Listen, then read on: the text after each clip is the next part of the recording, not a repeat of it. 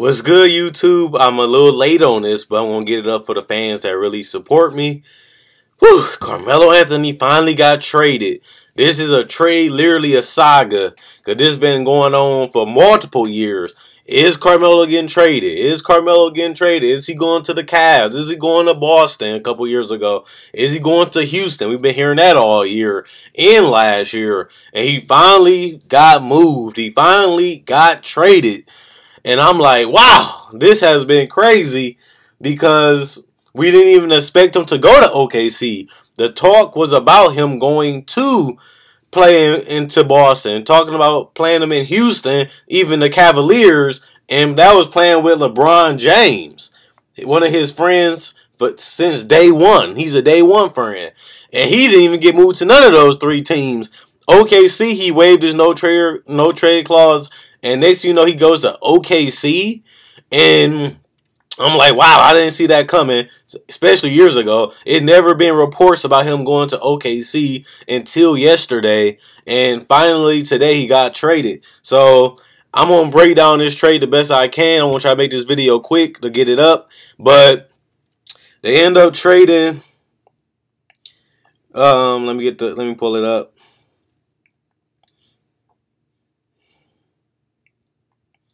They end up trading Enes, Kanter, and Doug McDermott, and a 2018 pick from the Chicago Bulls. It is a first-round pick to the Knicks. The way I feel about this trade, I won't get crucified for this, but honestly and truthfully, I don't really like the trade for OKC. To me, I won't break down why, but it's a benefit to both teams.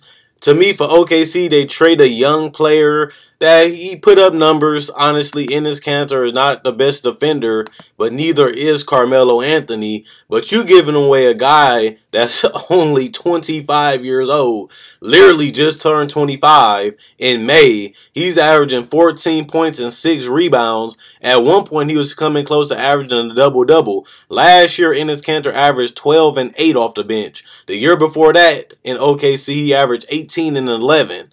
And this year, he averaged 14 and 7. And he's shooting 50% from the field. He can post up. He can pick and roll, finish with the floater, the dunk, or the jump shot. And if he get fouled, he can knock down free throws. And he can shoot threes to a certain extent. He's not excellent at it. He's not amazing at it. But he's not a good defender, and neither is Carmelo. Carmelo actually is not an amazing three-point shooter either. And he had put up more numbers because he was on a bad Knicks team. If you put Enes Kanter, who's going to be on the Knicks, on the bad team, and you give him all those minutes, he can produce a lot of points because he proved it when he played with Russell Westbrook. When Russell Westbrook when Kevin Durant got injured, he started putting up 18 and 11. I just read the numbers. So he can fill up the stat sheet. He can score the ball with the best of them. But he just haven't had the opportunity because OKC, when they traded for him, they kept putting him on the bench. And he couldn't produce starter quality numbers. But if you can come off the bench and give me 14 points a game in 6 rebounds almost in that minute in amount of minutes, the most minutes he ever got was 31. And that's when he was starting with Russell Westbrook 2 years ago. But he averaged 21 minutes in the last 2 years, and he gave you double-digit points and almost double-digit rebounds. And that's crazy. But he hasn't really been playing the defense. But Carmelo's not going to do that either. Carmelo is a little step slower. He's a little older. And he's a guy that you can get the ball to the basket in the high post or the low post. He's going to face up hit jumpers. He's going to hit a couple mid-ranges. He's going to knock down a couple threes. He probably going to get a couple transition baskets and some free throws. He probably can do the same thing Enes Kanter can do. The difference is Enes Kanter is 25 years old. Only way I can see you wanting to trade Enes Kanter is if you felt like he wanted to leave, he didn't want to stay, and you rather just get something, because Carmelo got 2 years on his contract too. You rather get something for him than nothing. But I don't really feel that this Carmelo Anthony trade is going to fix the problems that they have, because they damn near the same player. They like to post up in the high post. Enes Kanter likes to face up, and he likes to post up and hit elbow jumpers. You can do the same thing with Carmelo Anthony, but he's much older. And on top of that, you're adding in Doug McDermott in a first-round pick. Doug McDermott hasn't really panned out because everybody wants Doug McDermott to be a spot-up shooter. He's a guy that likes to score in multiple ways. Nobody's giving him the ball. He's coming off the bench. They marginalize his role to just being a stop. I mean, somebody that you can kick out the ball to and shoot threes. That's not his game, but he had to evolve. He had to adapt, and this is what the NBA is making him become, which is a problem because he can do more than that. But at the same time, he has to do what he had to do to stay in the NBA, and if that's what the coaches want from him, that's something that he's going to have to do, and he might have to do in New York. Okay, the next thing I want to talk about is the New York, what they get out of this deal before I talk about the Carmelo thing. They get a guy that can post up and score the basketball. You can play Chris Tapps at the center sometimes because he can protect the rim. He can block shots. He's a solid rebounder, and he can space out the floor and knock down threes or mid-range jump shots, and he can put the ball on the floor, which is hard to do when you're 7'2", but he's one of the very few, probably the only player in history to do that, and that's powerful. And then you get another guy that can come off the bench and give you 5 to 6 to 7 to 8 points, depending on how much minutes you give him, in Doug McDermott. And on top of that, you're trying to rebuild around Chris Tapps and Frank Nicotina, and that's another thing because now you got another pick with the pick that you get next year, and then you get another first-round pick on top of that, so you can rebuild and get some more players that you might want to try out, might want to draft, and that helps you because you're already in that mode, and you're going to be losing a lot of games this year, so you might as well get as many picks as you can. And then you didn't want to keep Carmelo Anthony anyway, and he wanted to leave, so you get a lot back for him. And like I said, Enes Kanter is a guy that can give you a double-double off the bench or on the starting court. And he can actually play with Chris Tapps because Chris Tapps is a guy that likes to shoot the ball. So you can still post up Enes, and he can kick out to players like, what's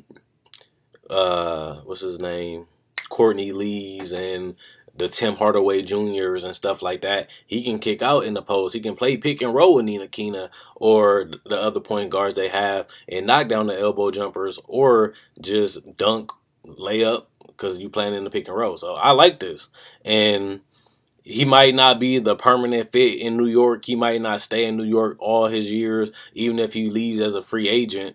But he really wanted to go to Portland, and that would have been a perfect fit, kind of like how Yusuf Nurkic does, but he ended up getting matched by the Thunder, and now he got traded 2 years later anyway, when they could have just let him go and just used the money to get somebody else. But what the Thunder is getting, they're getting a veteran, a guy that's ready to win, a guy that's ready to put the jersey on and come in and prove himself, try to brand himself, and on top of that, a guy that wants to try to have a chance to win a championship. And you have a guy that won the MVP in Russell Westbrook that can pass, that can score. He's an all-star. He's unguardable, and I give him credit for that. You can't stop Russell Westbrook, especially when he's coming at you full speed, especially if he gets the rebound and bring it down. Nobody can get back because he's just so fucking fast. And then you got a guy in Paul George that you can play at the 2 or the 3 because he got the size and the length and the athleticism to guard littler players. And he has the length to guard the bigger players at the 3 position and hold his own. And he can score the basketball. He can shoot the 3 and space out the floor for Russell, for Steven Adams, and for the other players on the team. And you still get to keep Andre Robertson, who's not really on a contract yet. And he might... Well, yeah, he is on a contract now, and sometimes you might want to say, hey, we're going to put Paul George at the 2, Carmelo at the 3, or Carmelo at the 4 sometimes and keep Robertson in there. And even though Robertson can't score, you still got Russell, you still got George, and you will still have Steven Adams knocking down the floaters and the tip shots, and you're going to get some rebounds and throw it back off the backboard. And then you still got Carmelo Anthony that can kind of space out the floor and knock down jumpers and threes. So it gives you more versatility and more weapons because Enes Kanter can't step out to the 3-point line as much as Carmelo can. And it's going to give you some different looks because Carmelo can post up. So if they try to switch, you can post Carmelo up in the high post or just let him go to work. He's not as good as he used to be. He shot 43% last year. He's losing athleticism. He's using the mobility. He's losing the mobility and the athleticism, but he's still figuring out ways to stay effective. He might not put up 20 points a game because he is playing with Russell. He is playing with Paul George. But as long as he's making his impact made, you can't really complain because you're getting a veteran that you know what you're going to get. But like I said, you're losing a 25-year-old that can't play defense, but neither can Carmelo. And you're replacing him with a 30-year-old that has 2 years left on his contract. Well, actually this year and next year, then he can leave if it don't work out. When you could have just kept Enes Kanter for the last couple of, I think 3 seasons left on his contract, and he's younger.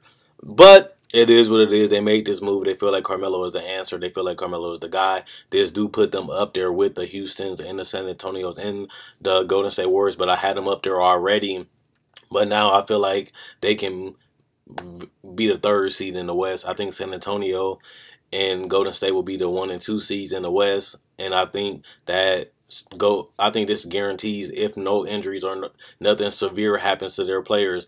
I think that if the chemistry pop off right, if everything goes the right way, I feel like Carmelo will be that piece that can move them into that third seed in or higher, depending on injuries and stuff and trades, or higher. So you have an All NBA defender in Robertson, you add Paul George, who's another lanky, solid defender. Then you add another player that can play the four or come off the bench and give you buckets, and still space out the floor for Russell and Steven Adams. So I like to trade for both teams. I prefer them keeping Enes Kanter because he is younger. Other than that, it's a good trade for both teams, and they have more versatility now. And now they can match up with the Spurs, and they can match up with a team like the Golden State Warriors. Do I still think they can beat the Warriors? No, because they lack defense. They lack consistency offensively. They lack consistency, and on top of that, they will still have to build chemistry. And like I said, training camp about to start and practice about to start, so they made the trade a little late. So it's going to be some bumps and bruises that could help them, or it could hinder them from being the top 2 seed in the NBA or in the West. So it's definitely going to help him in the playoffs because Carmelo is a big time performer. He's a guy that he's not scared of the big moments. He's not scared to take the shots. He's not scared to take and knock down big shots. And that's another guy that you will want in the playoffs, and another ball handler and another scorer, and a guy that can still rebound at his position.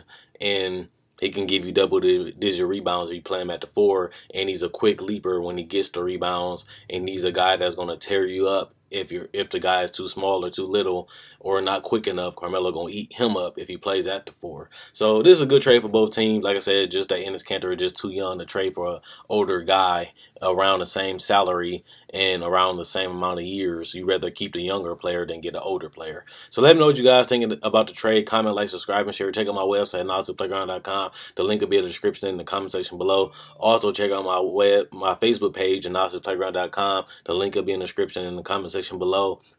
And all you have to do is click the link and it'll send you to my Facebook page. All I'm doing is asking you guys to like, to show support. Quinn Wade Basketball Analysis signing out, and let me know what you guys think about the Carmelo Anthony trade. This is a big deal. This is a huge trade, and this can help them potentially win a championship with Russell Westbrook. If not this year, they can try again next year. If it don't work next year, then Carmelo Anthony can walk. Paul George still can leave and go to LA or whatever he wants to do. So this is everything. We put all the chips on the table and we're going for the title.